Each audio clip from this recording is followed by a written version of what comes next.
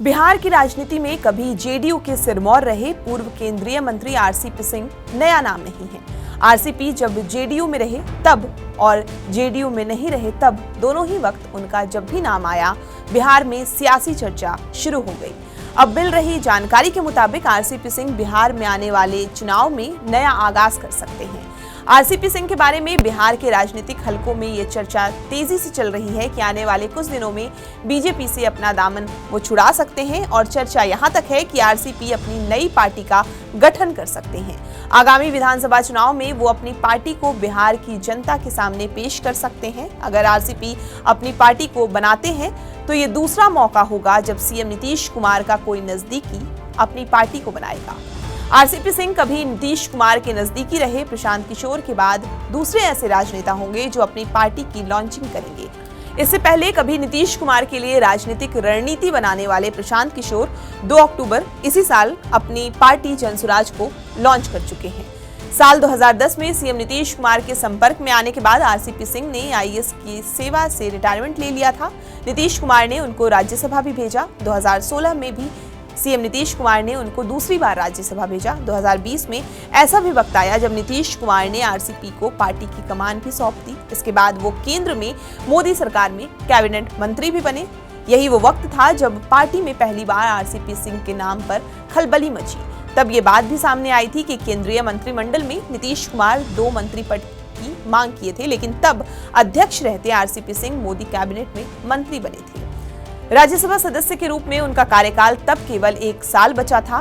नतीजतन आरसीपी सिंह को 1 साल बाद ही इस्तीफा देना पड़ा क्योंकि नीतीश कुमार ने उनको राज्यसभा नहीं भेजा था। इसी के बाद आरसीपी सिंह और नीतीश कुमार के संबंधों में खटास आनी शुरू हो गई।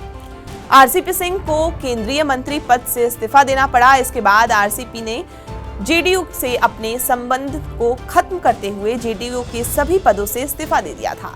जेडीयू से जब आरसीपी ने अपने संबंधों को खत्म किया तब ये चर्चा भी जोरों पर थी कि आरसीपी किसी नई पार्टी से अपनी राजनीतिक पारी की शुरुआत कर सकते हैं। साल 2023 में आरसीपी सिंह बीजेपी में शामिल हो गए थे। तब केंद्रीय मंत्री धर्मेंद्र प्रधान ने पार्टी के दिल्ली ऑफिस में उनको बीजेपी की सदस्यता दिलाई थी। इसके बाद वो चर्चा से दूर होते चले गए।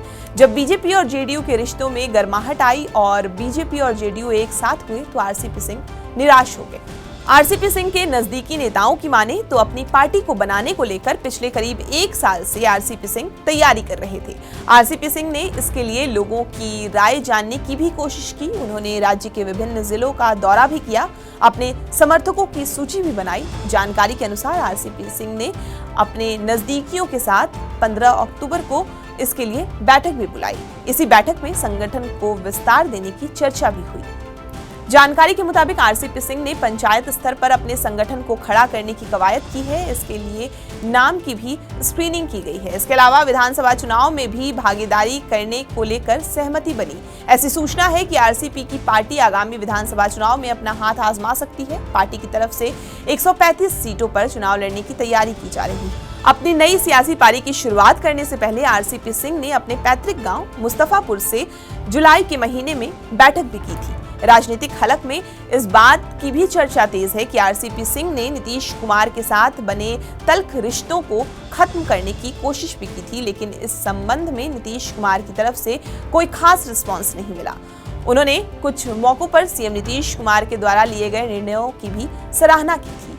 उन्होंने जुलाई महीने में सीएम नीतीश कुमार के शासनकाल की सराहना करते हुए कहा था कि उनके शासनकाल में प्रदेश में महिलाएं सशक्त हुई हैं। दूसरे प्रदेश भी सीएम नीतीश कुमार की राह पर चल रहे हैं। उन्होंने ये भी कहा था कि नीतीश कुमार गार्जियन की तरह है। गार्जियन है तो कुछ बात को लेकर गुस्सा आ गया होगा। गार्जियन तो गुस्सा करता है और गुस्से में कुछ बोल दिए। तब आरसीपी सिंह के इस बयान की चर्चा तेज हुई थी। ये खबर आपके लिए लिखी थी हमारे संवाददाता सुजीत कुमार ने। आपको ये पूरी जानकारी कैसी लगी हमें कमेंट करके जरूर बताएं और बिहार की तमाम खबरों के लिए आप हमारे साथ बने रहें और देखते रहें TV9 बिहार झारखंड।